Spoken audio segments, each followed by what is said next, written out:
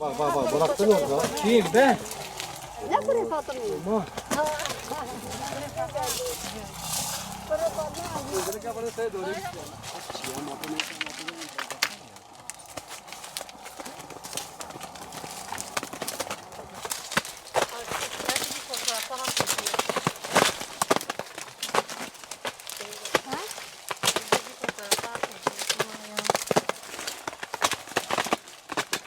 Toz mudur? Ya. Vurma. Ha.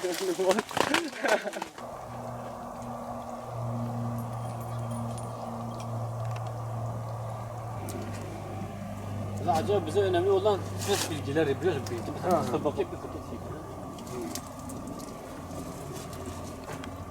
Alo. Aleyküm selam. Rahmetullahi ve berekatuhu. Merhaba fi Hacı Halil. Siirt'te çiftçilik, fıstıkçılık yapıyorum.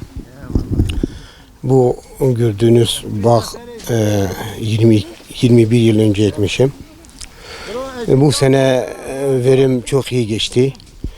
Verimden çok memnunuz bu sene. Geçen senelere rağmen göre bu sene verim çok iyidir efendim. Fıstığın normal toplama zamanı 15 Eylül'de başlıyor. 15 Eylül'de başlıyor. Eylül'ün sonlarına kadar Ekim'in 10'una doğru bitiyor. Ayın 15'inde başlıyor. Yalnız bazı arkadaşlar da erken başlıyor. İşte bu tehlikeler yüzünden. Hangi tehlike? Mesela bazen hırsızlık falan yüzünden bazı çevrelerde, tehlikeli yerlerde daha erken başlıyorlar. İşçiler saat 6'da 6.30'da başlıyorlar. Saat 5'te paydos ediyorlar. Saat 5'te paydos ediyorlar. Fıstıklar geçen seneye göre bu sene çok daha iyiydi. Hem tane olarak tabii ki benim bakıma göre söylüyorum. Taneleri hem daha iri hem daha çıtlak oranı daha fazla hem de hasat daha iyi geçen seneye rağmen çok daha iyidir. Ya geçen sene ağaçlarda biraz hastalık da oldu.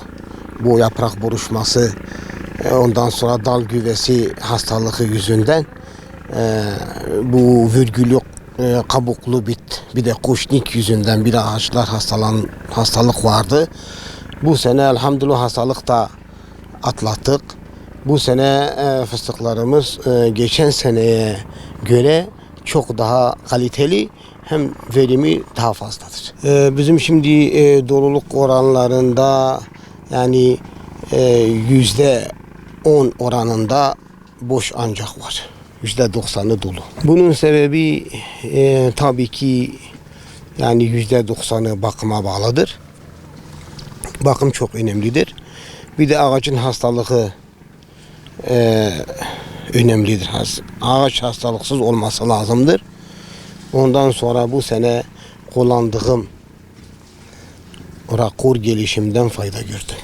İlkbaharda dolu geldi, dolu yağdı ama daha gözler fazla açılmamıştı. Fazla zarar vermedi.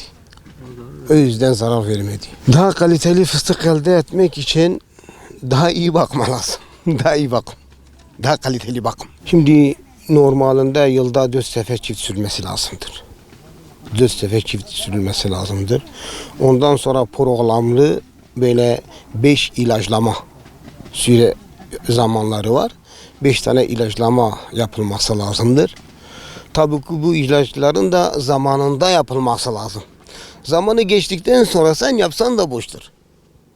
Zamanında ilaçlamasını yapacaksın.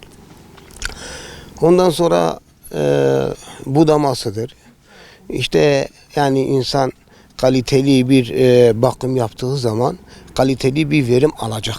Eğer ağaçlar budamasız kalsa, ilaçsız kalsa, yeri 4 sefer süreceğine bir sefer sürsen tabii ki taneler daha ufak, çatlak olmayacak şekilde verim olacak.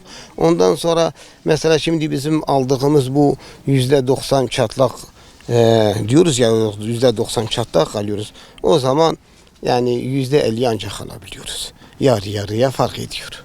Yapılmaz. Yapılmazsa tabii. Şimdi fıstığı böyle tutup çekersen gelecek yılların mahsulüne zarar veriyorsun.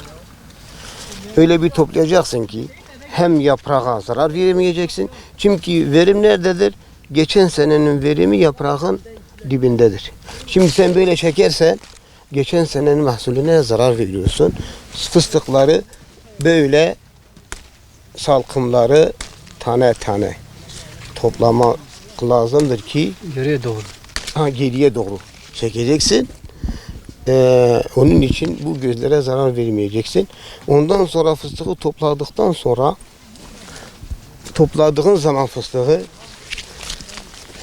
bir de bu var. Böyle toplamayacaksın. Şu şekil. Gelişi güzel. Gelişik ve şu şekil toplayamayacaksın. Çünkü böyle toplasan böyle topladığın zaman mesela bunlar kalıyor. Bunlar da ağaca zarardır. Bunları bak bir çeker misin? Bunları şöyle geriye doğru şöyle koparacaksın. Kökten. Kökten. Bunlar ağaçta kalmayacak şekilde koparacaksın. Şöyle. Ağaca yük oluyor. Ağaca yük oluyor. Ondan sonra ağacı hastalık veriyor. Şöyle dipten kesmen lazımdır. Tamam. Verim.